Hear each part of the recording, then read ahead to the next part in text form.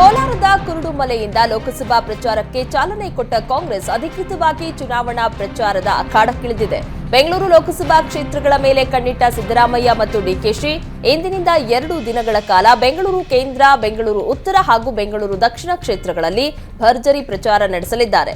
ಇವತ್ತು ಬೆಳಗ್ಗೆ 11ಕ್ಕೆ ದಾಸರಹಳ್ಳಿಯಲ್ಲಿ, ಮಧ್ಯಾಹ್ನ 12ಕ್ಕೆ ಬ್ಯಾಟರಾಯನಪುರದಲ್ಲಿ ಕಾಂಗ್ರೆಸ್ ಕಾರ್ಯಕರ್ತರ ಜೊತೆ ಸಭೆ ನಡೆಸಲಿದ್ದಾರೆ. ಬಳಿಕ ಮಧ್ಯಾಹ್ನ 1 ಗಂಟೆಗೆ ಮಲ್ಲೇಶ್ವರಂನಲ್ಲಿ ರೋಡ್ ಶೋ ನಡೆಸಲಿದ್ದಾರೆ. ಮತ್ತೆ ಸಂಜೆ 6ಕ್ಕೆ ಮಲ್ಲೇಶ್ವರಂ ವಿಧಾನಸಭಾ ಕ್ಷೇತ್ರದ Rajajinagar brigade gate way apartment ನಿವಾಸಿಗಳ ಜೊತೆ ಚರ್ಚಿಸಲಿದ್ದಾರೆ. ಇನ್ನು ನಾಳೆ ಬೆಂಗಳೂರು ದಕ್ಷಿಣ ಲೋಕಸಭಾ ಕ್ಷೇತ್ರದ ಜಯನಗರದಲ್ಲಿ ಪ್ರಚಾರ ಸಭೆ ನಡೆಸಲಿದ್ದಾರೆ.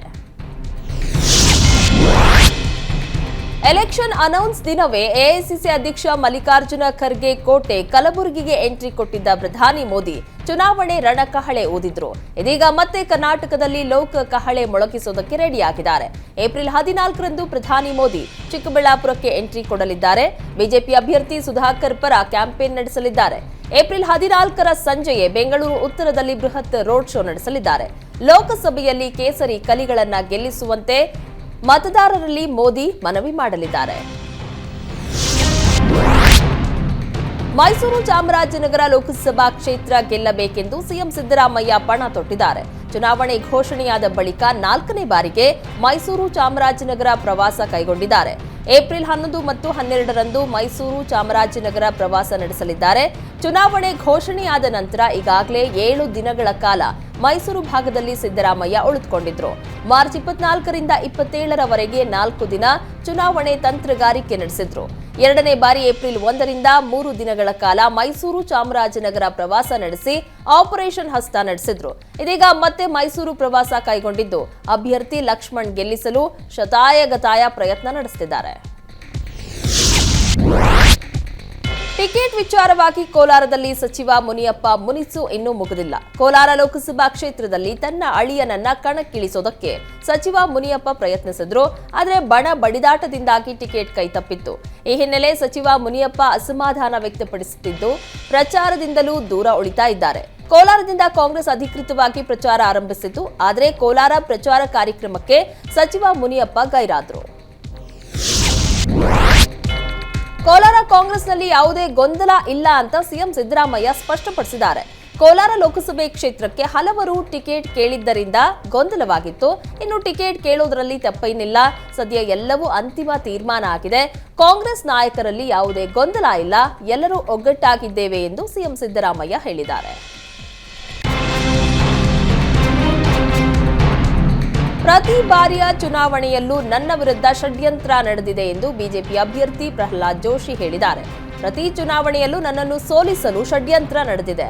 ಆದರೆ ನನ್ನ ಕ್ಷೇತ್ರದ ಜನ ಷಡ್ಯಂತ್ರ ಮೀರಿ ನನಗೆ ಆಶೀರ್ವಾದವನ್ನ ಮಾಡಿದ್ದಾರೆ ಎನ್ನುವ ಮೂಲಕ ಪರೋಕ್ಷವಾಗಿ ಲಿಂಗಾಲೇಶ್ವರ ಸ್ವಾಮೀಜಿ ಆರೋಪಕ್ಕೆ ಜೋಶಿ ಟಾಂಗ್ ಕೊಟ್ಟಿದ್ದಾರೆ. ಪ್ರತಿ ಸಲದಂತೆ ಈ ಬಾರಿಯೂ ಧಾರವಾಡ ಲೋಕಸಭಾ ಕ್ಷೇತ್ರದ ಮತದಾರರು ನನಗೆ ಆಶೀರ್ವಾದ ಮಾಡುತ್ತಾರೆ ಎಂದು ಜೋಶಿ ವಿಶ್ವಾಸ ವ್ಯಕ್ತಪಡಿಸಿದ್ದಾರೆ. ಲೋಕಸಭಾ ಚುನಾವಣೆ ಟಿಕೆಟ್ ಹಂಚಿಕೆ ಬಳಿಕ ಹಲವು ಕ್ಷೇತ್ರಗಳಲ್ಲಿ ಬಿಜೆಪಿಗೆ ಭಿನ್ನ ಮತದ ಬಿಸಿ ತಟ್ಟಿದೆ. ಆ ಪೈಕಿ ದಾವಣಗೆರೆ ಕೂಡ ಒಂದು.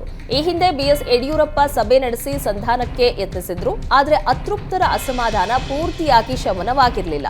ಈಗ ಭಿನ್ನಮತ ಮತ್ತೆ ಭುಗಿಲೆದ್ದಿದ್ದು ರೆಬಲ್ ನಾಯಕರು ಪ್ರಚಾರ ಕಣದಿಂದ ದೂರ ಉಳಿತಾ ಇದ್ದಾರೆ. ಹೀಗಾಗಿ ರಾಜ್ಯ ಬಿಜೆಪಿ ಚುನಾವಣಾ ಉಸ್ತುವಾರಿ ರಾಧಾ ಮೋಹನ್ ದಾಸ್ ಅಗರ್ವಾಲ್ ದಾವಣಗೆರೆಗೆ ಆಗಮಿಸಿ ಅತೃಪ್ತರ ಜೊತೆ ಸಭೆ ನಡೆಸಿ ಮನವೊಲಿಕೆಗೆ ಪ್ರಯತ್ನಿಸಿದ್ರು. ಬೆಂಗಳೂರು ಗ್ರಾಮಾಂತರ ಕ್ಷೇತ್ರದಲ್ಲಿ ಡಿಕೆ ಸುರೇಶ್ ಠೇವಣಿ ಕಳೆದುಕೊಳ್ತಾರೆ ಅಂತ ರಾಜ್ಯ ಬಿಜೆಪಿ ಚುನಾವಣಾ ಉಸ್ತುವಾರಿ ರಾಧಾ ಮೋಹನ್ ದಾಸ್ ಅಗರ್ವಾಲ್ ಹೇಳಿದ್ದಾರೆ.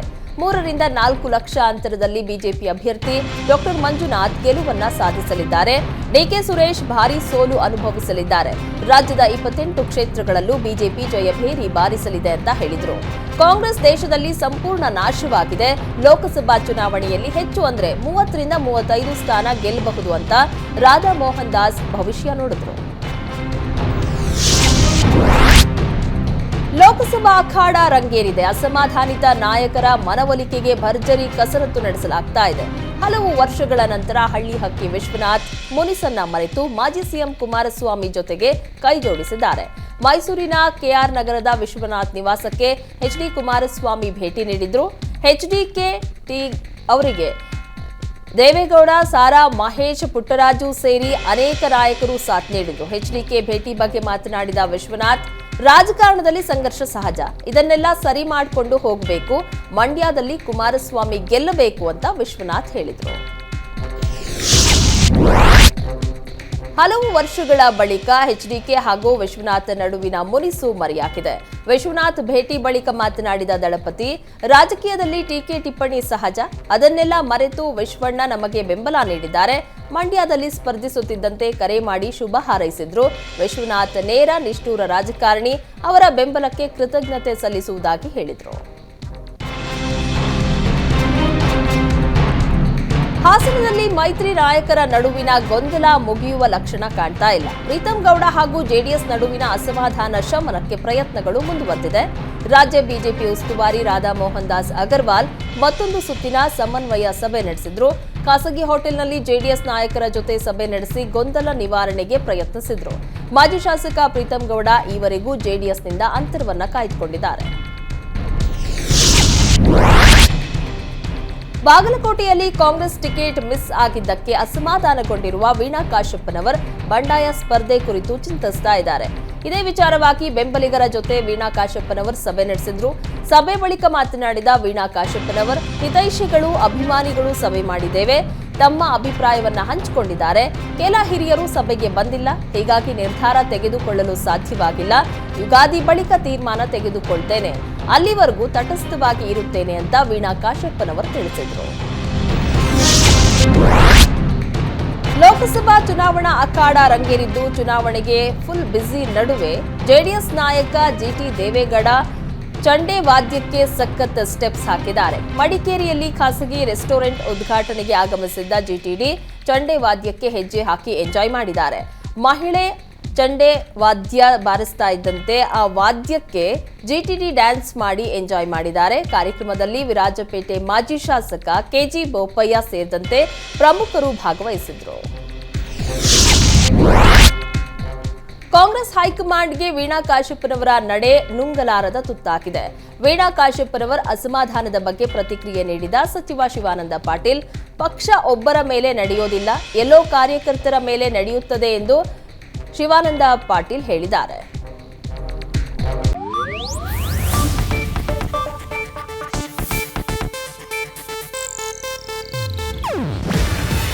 ಇದು ಏಷ್ಯಾನೆಟ್ ನ್ಯೂಸ್ ನೆಟ್ವರ್ಕ್ ಪ್ರಸ್ತುತಿ. ನೀವು ನೋಡ್ತಿದ್ದೀರಾ ಏಷ್ಯಾನೆಟ್ ಸುವರ್ಣ ನ್ಯೂಸ್.